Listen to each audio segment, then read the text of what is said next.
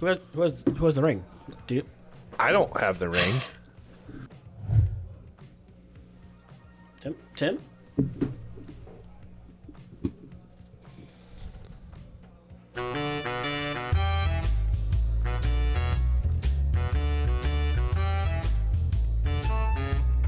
Hey guys, I'm Tim. I'm Bob. I'm Mike. And this is the Board Game Rundown, and today we are reviewing the Fellowship of the Ring trick-taking game. So, in this trick-taking game, what we're doing is we are playing through a campaign, a series of missions where as we progress and get further and further, we're going to unlock additional characters with additional goals and things like that. How do we play?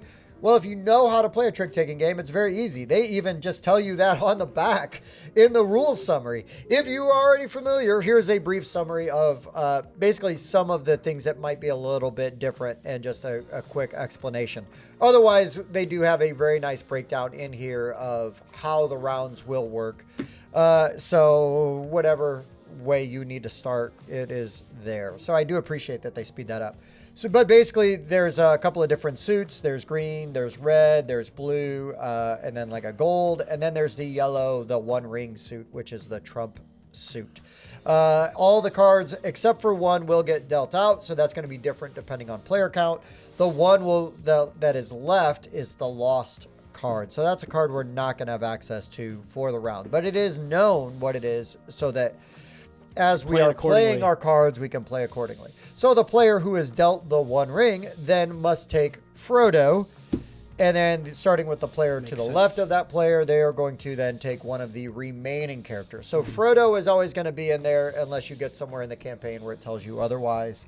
Most of the time, ring bearer. So most of the time tracks. He's in there. Right, but these are the characters really that are going to change from round to round potentially. And they're each going to have their own win condition. So what we're trying to do is cooperatively get through all of the tricks, everybody meeting their win condition. So Frodo must win 4 or more of the ring cards at 3 players if we were playing right in this way, right? So Bilbo needs to win 3 or more tricks. Gandalf just needs to win at least 1, and then Pippin would need to win the fewest tricks or tie for the fewest tricks. The interesting thing about the one ring is you may choose to win or lose the trick that you play it on. Like most games with a trump, until a suit has been broken, you cannot lead with trump. I believe other than that, it's going to play pretty much like a regular trick-taking game. Someone's going to lead. Everyone must follow suit. High card takes the trick. Yeah, if you can. If you can't, you can throw off suit or you throw a trump card to then take it. That's basically how the game is going to go. Additionally, before you actually start playing out tricks, is that some characters have the ability to swap cards. Oh, sure. Yes. And that is one of the only pieces of information that you get in the entire game. There is no information other than what cards you've traded between other players. I can't say I've got the 8 of Shadow and a 1 of Forest. I can't say that, right? You basically only know by me taking Frodo that I have the one ring. Yep. So Gandalf, for example, add the lost card to your hand so he can pick this card up, which now is an advantage. And then also can exchange a card with Frodo. So if Frodo needs to win all these ring cards, maybe you hand him a ring card and Frodo gets rid of a high card of another suit. Or, maybe if he's close to being one suited or whatever, you can get rid of a card. So now I don't have any of this suit, potentially, or one fewer card of that suit, which will allow you to get closer to achieving your goal. Pippin, for example, also exchange with Frodo, Sam, or Merry. So, but yeah, good point. Because other than that, there's not a lot of communication. You know what your goal is for the round, and that's basically for every player to meet their win condition.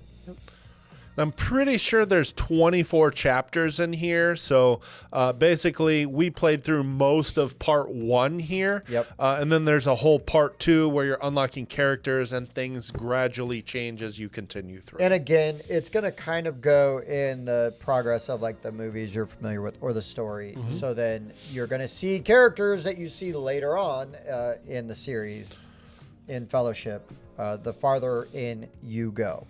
All right, Mike, you were really excited for this game. Why don't you give me some of your thoughts on Fellowship of the Ring? Well, there's a lot of hype about this game. Trick-taking games are really hot. Of course, the Lord of the Rings IP is always going to bring some hype along with it. And I really enjoy trick-taking games, and I wanted to see what could be done in a campaign style. Now, first and foremost, I'm just going to say The Crew is my favorite trick-taking game, and that hasn't changed. Sure. And this is very similar. Very similar, because you are playing trick-taking in a cooperative nature, and The Crew is really what created that type of game. And, you know, I actually like that your communication in that game is during the game. Before a trick is played, you can basically communicate with other players, put a card out of your hand face up on the table and say, hey, this is the highest one I have of this trump, the lowest one I have of this suit, or this is the only card I have left of this suit. And that mid-game communication is really huge. In The Crew. In The Crew. Okay. And I like how you're going through that campaign, and it's not just characters that you're unlocking completely different types of quests. I've played both of them, Mission Deep Sea and the Quest for Planet 9, and I think those are still my favorite. This one, I think, is trying to do what that one is doing, and it's almost so similar that the only standout for me is the fact that things slightly change with characters as you're gradually playing through, but I don't know that I would pick this over The Crew. In fact, I wouldn't. And so, you know, I will say I like these stained glass, like kind of landscapes that are on the cards, but like the purists of the art for the characters may not like that style on the characters. I kind of don't. Like, it's okay, but I really like it for especially like that suit in particular. Sure, the so shadow suit, yeah. like it's been interesting playing this game, but like it was also really easy. Like, we only lost once out of the, I want to say, 9 different campaign. Technically, we would have lost one other one because the lost card was a card that a character needed to win, and we did not have a way to get that out of. Yeah, we had an insta-lose situation that we basically course-corrected right away. Mm-hmm. But it does say if that lost card is the card that you need for that winning trick, you just reshuffle. So it does kind of prevent that. But I don't know. Like, it is different than The Crew. I don't know that if it's different enough from The Crew that I would reach for this instead. And I'm sorry, I have to make those comparisons because they have 2 games like that with 50 different scenarios for each one. And this one has 24. And that's less. And this game came after both of those games. So to me, it's not as good, but it's still decent as a standalone trick-taking experience. Let me ask you some questions just for clarification, because you play The Crew a lot more than I have. Played it a lot. Low bar. For me, play it more than me. Anyways, so in The Crew, there's not variable player powers, though, right? Correct. You just have the goal, the random goal that comes out, and that's what you need to meet for that hand. Sometimes it's one person has to take a trick with one particular card in it. Other times it's 2 people, 3 people, 4 people. Other times it's. But does it escalate the further you get in? Yes. Okay, so there is that, but there's random ones for like each. So like, if it's your first hand, is it a random set or is it always the same goal for the random, first hand? The first one is played where one random card, the person with the highest card, aka the ring, they have to win the trick that has that card in it. Okay. And it's just there's a separate deck that's dealt out randomly, so you decide what card has to be won during that trick. I just want to have a really clear understanding as I. And it ramps up. Sometimes it's 5 total cards, and the one person has to win 3 tricks with 3 cards in it. And then sometimes it's one person can't win any tricks during the entire game. But the thing with The Crew is you are just trying to see how far you can go before you can't win, and then you're done. Right? You can reset, but you can also just replay where you're at. Okay. Yeah, because like one game is one hand. You basically, because the book has like scenarios 1 through 50. You're like, hey, let's do scenario 22. We have a hard time with that one, and just play scenario 22. Sure. Okay. I just want to have a really good understanding of that before I go in, because Yeah, because you make important comparisons. Very similar. You make very important comparisons. Bobby, what'd you think of Fellowship of the Ring, the trick-taking game? So I definitely enjoy this IP more than I like the theme of the crew. Right, the crew feels very generic. It's just generic space type of stuff. As far as the art on this, I agree. The stained glass looks really good on the suits. Character like Pippin, not so much. Gandalf, he looks cool. I dig him. Beard so it's looks very cool. hit or miss on the character art for those for me. I do like the meta of it tells you what suits there are and what numbers they go through, 1 through 8, or the rings only go 1 through 5. That's super nice. And I do like that there are different characters with different win conditions and then also different abilities as far as exchanging cards and things like that. Whereas the crew, like you're saying, is like, okay, well, so whoever has this card has to take a trick with this, or this person has to. Like this one, I think is a little more different because each person has something. Because sometimes when you're playing the crew, you have nothing. You're basically just making sure you don't take any tricks the whole time and giving the people the card what they need and whatnot. This one, like each person's got a condition they have to meet. So I think that kind of keeps everybody involved more throughout the game. I do feel like this was super easy. Like, and even the one that we lost, like, it was just because I think Tim misplayed like one card right Not there. me. Had you played that and lost the trick on purpose, I think we would have sure, won. sure. Yeah, So, you know what I yeah. mean? Other than that, though, like we haven't really been challenged too much. Now we're We- only halfway through, like Yeah. but yeah. I'll let you go. I mean, I will say what I got to say. Sure. when it's my turn. But the beef I guess I have with games like this is the insta-lose kind of things. Now, yes, it does have the preventative, like, oh, make sure, like, so-and-so takes the 2 of Shadows trick. It's like, okay, well, we know it's there. It just says shuffle up and deal again. Because, like, this one right now, I've got 4 of the trump cards. So there'll be literally no way for Tim to get the cards he needs to win. So that would be an instant lost hand right there. Well, you'd have to do the exchange. Well, I could give you 1, right? But now you've only got 2, and you have to have how many? 4, right? I have to, 4 more ring cards. That's going to be pretty tough. It would be tough. I guess it's not maybe insta-lose, but it would be tough, tough, but not maybe impossible. possible. Not impossible. Not impossible. But yeah, like I said, we haven't had too many difficulties playing it, so yeah, that's kind of where I'm at. Okay, so I will tell you how I have played the crew, and then that will hopefully shed some light on what I'm about to say. So the few times I've played the crew, we have played it as sort of you start Always at start at 1, start at 1 and you go. go as far as you can until it gets blown up. Yep. So I find what Bob says about like when there's definitely times where it's boring because you are just trying to not do, like, it's just not that interesting to me to not do something. Like, okay, I'm just going to throw these cards. Like, there's not... Waiting for my time to put this 2 down to make sure he gets it. You're winning that trick? There's Right. your 2. Yay, I did my part. And the best time I had playing it, we got to like 5 or 6. It was at a meetup. And when we got to like that 6th one or that 7th one, it was an insta-lose. There was no way to win. And that felt shitty. Yeah, so yeah, you've done all that. I mean, I'll tell you, like Mike says, like, you could have re-racked and just played that one again, but the way you've been playing was you always start over at 1. Yeah, and so the way I've been playing, that felt like a cheat, and I would rather play it as we're driving to that endpoint. I find that more interesting. So, to Bob's point,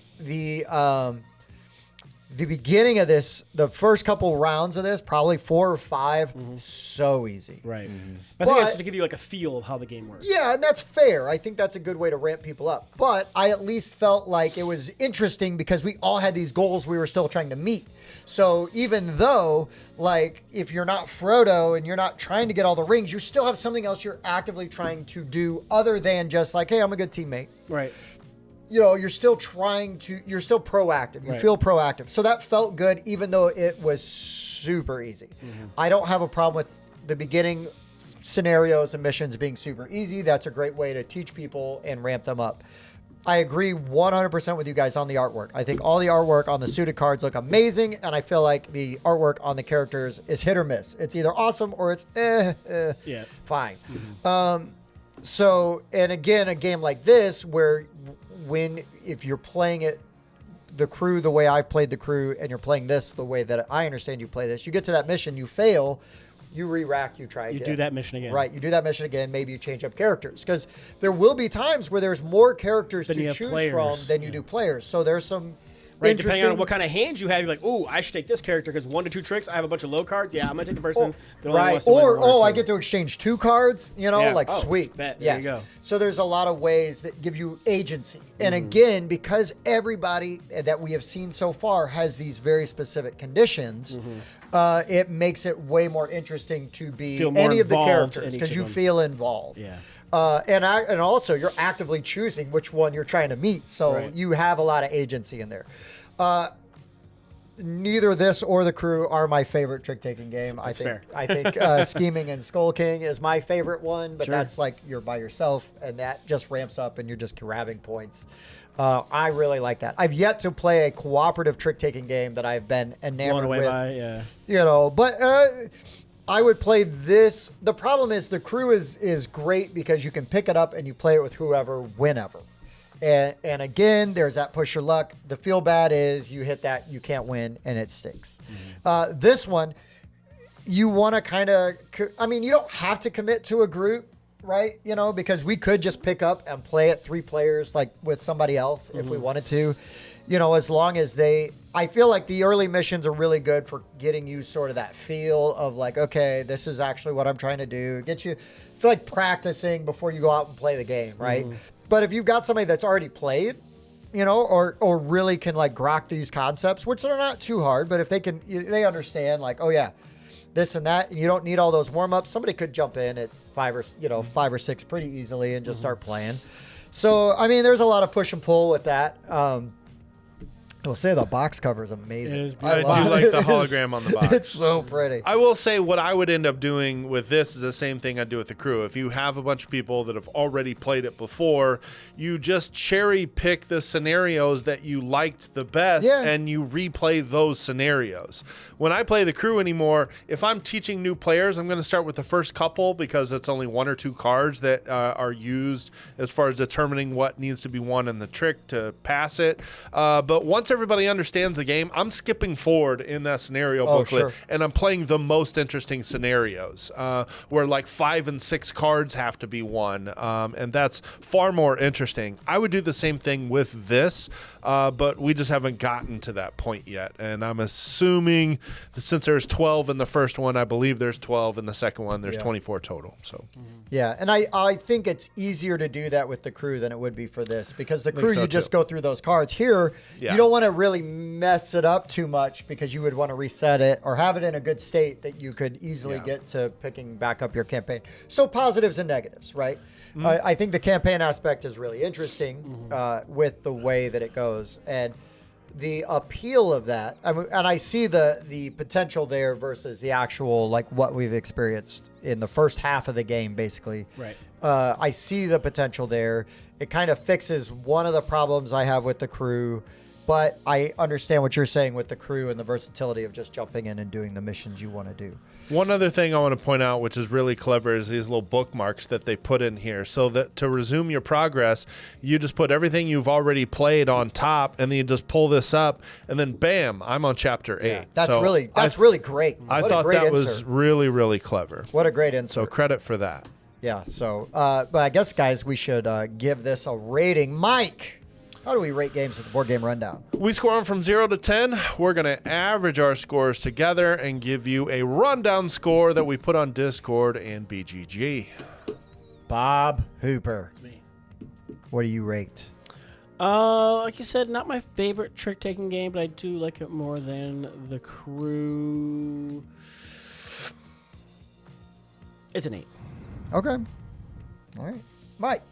I still like The Crew better. The Crew, both versions are still my favorite trick-taking game, but I still enjoy cooperative trick-taking games. I was hoping that this would do more. I was hoping it would get more interesting earlier in the chapters.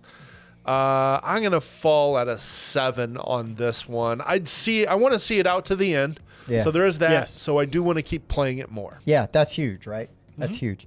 So, like, you know, if we're gonna like compare, right? The Crew, I'd probably give like a 6.5, and this I would give a 7 because I find the asymmetric characters more interesting than I do the Crew, and I really do want to see this campaign out. Where if I never played the Crew again, I'd be fine. But if somebody wanted to play it, I'd be fine. There's just other trick takers that I'm grabbing before either of these. I love Lord of the Rings, and this is a game I like in my collection. Yeah, and Yeah, I know there you this whole review kind of turned into the Crew comparison, but it needs to. It's done It's this. the most prominent Yeah. cooperative trick-taking game. I think 100% you're correct. And it was the first feeling I had, like when we started playing this, and I saw that Patrick was playing it. Was going to start playing it, and that's what I said. I go, it's the Crew with a Lord of the Rings vibe. Yeah.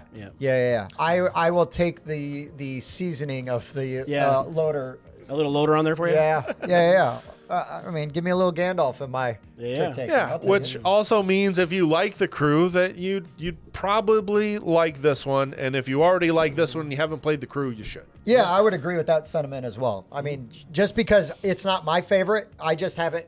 We talk about this all the time where these card games do these variations of other very popular and well-known, Things. regular card games like poker and things like that. Sure. Well, if you're going to zhuzh it up or do your spin on it, well, put your stamp on it, you go. make it interesting. And for me, the asymmetric characters and those goals is what puts this higher Same. for me. I find that a lot more interesting. Yeah. And it get really interesting as you go through. I'd probably put Crew at like 7 or 7.5. For me, Sure, so, sure. So I mean, we're kind of like in the same spot, different, just slightly more. I slightly. give the Crew like an 8.5. I think it's amazing. wrong. so. We know you love it. But what is our score for this game, Bob? This game is a 7.3333333. Repeating. All right. Yeah. So yeah, that is the Fellowship of the Ring trick-taking game. If you're looking it up, that's the way you look it up. It's not the Lord of the Rings. Do It's look not up in the Look up title. Fellowship of Just the on the Rings. box. Yeah. Fellowship of the Ring trick-taking game. So yeah, and Mike, you bought this game, right? Did you buy this game? Or did yes. We, we got this game from our local game store, so it's not like this was sent to us Correct. or anything like that. Yep. But again, I think if you're into Lord of the Rings, you want to try a trick-taking game, or your family, if they're not like gamers, but they like trick-taking games, like you play euchre or spades or something at home, this is a great one to try to bring around for Thanksgiving. So, There you go. all right, guys, for the board game rundown, I've been Tim. Gandalf. Frodo. Precious. Tim, we We can can still see still you. see you.